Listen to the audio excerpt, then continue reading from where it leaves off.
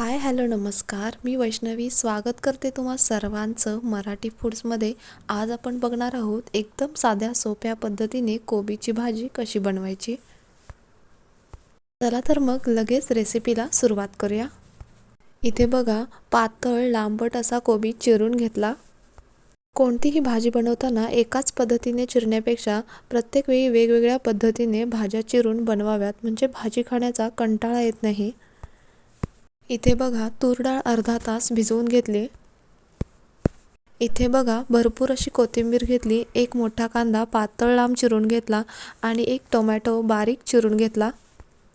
तसेच फोडणीसाठी जिरे आणि मोहरी घेतली.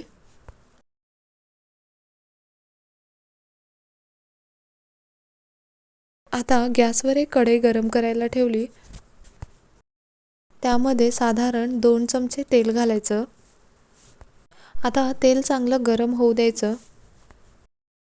तेल चांगलं गरम झालं. आता त्यामध्ये घालायची मोहरी. मोहरी चांगली तडतडली. आता त्यामध्ये घालायचे जिरे. जिरे ही व्यवस्थित फुलले गेले. आता त्यामध्ये घालायचा पातळ लांब चिरून घेतलेला कांदा.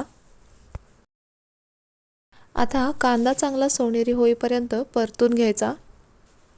कांदा भाजताना यामध्ये थोडंसं मीठ घालायचं. मीठ घालायला अजिबात विसरायचं नाही. इथे बघू शकताय, कांदा छान असा सोनेरी होईपर्यंत परतून घेतला. आता यामध्ये घालायचा बारीक चिरून घेतलेला टोमॅटो. आता टोमॅटोही चांगला मऊ होईपर्यंत शिजवून घ्यायचा. टोमॅटो 1 मिनिटभर तेलामध्ये परतून घ्यायचा. आता यामध्ये घालायची थोडीशी कोथिंबीर. कोथिंबीर ही तेलामध्ये चांगली परतून घ्यायची. आता याच्यावर झाकण ठेवून मिनिटभर वाफ काढून घ्यायची, म्हणजे टोमॅटो लगेच विरघळतो. इथे बघा, वाफ दिल्यानंतर टोमॅटो छान मऊ झालाय आणि उलटण्याने लगेच स्मॅश देखील होतोय. आता यामध्ये घालायची थोडीशी हळद. लगेच यामध्ये घालायचा कोल्हापुरी तिखट मसाला किंवा कांदा लसूण मसाला घातला तरी चालेल. आता बघा, यामध्ये 2 चमचे तिखट मसाला घातला.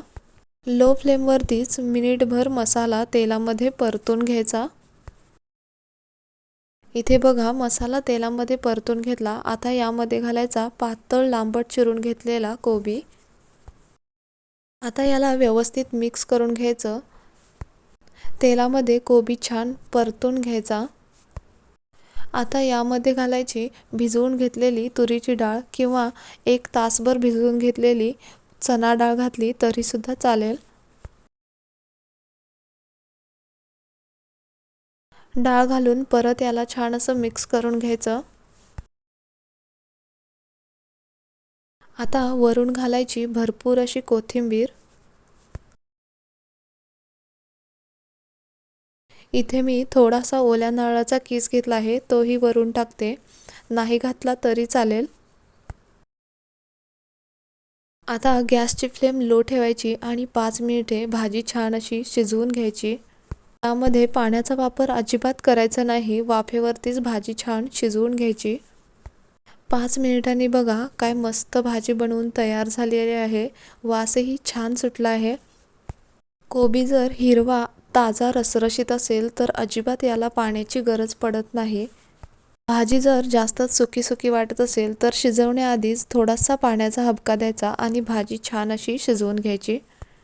इथे बघा, छान अशी रसरशीत चमचमीत तयार झाली कोबीची भाजी. रेसिपी कशी वाटली कमेंटमध्ये कळवा. रेसिपी आवडली असेल तर चॅनेलला एक लाईक आणि सबस्क्राईब करायला अजिबात विसरू नका.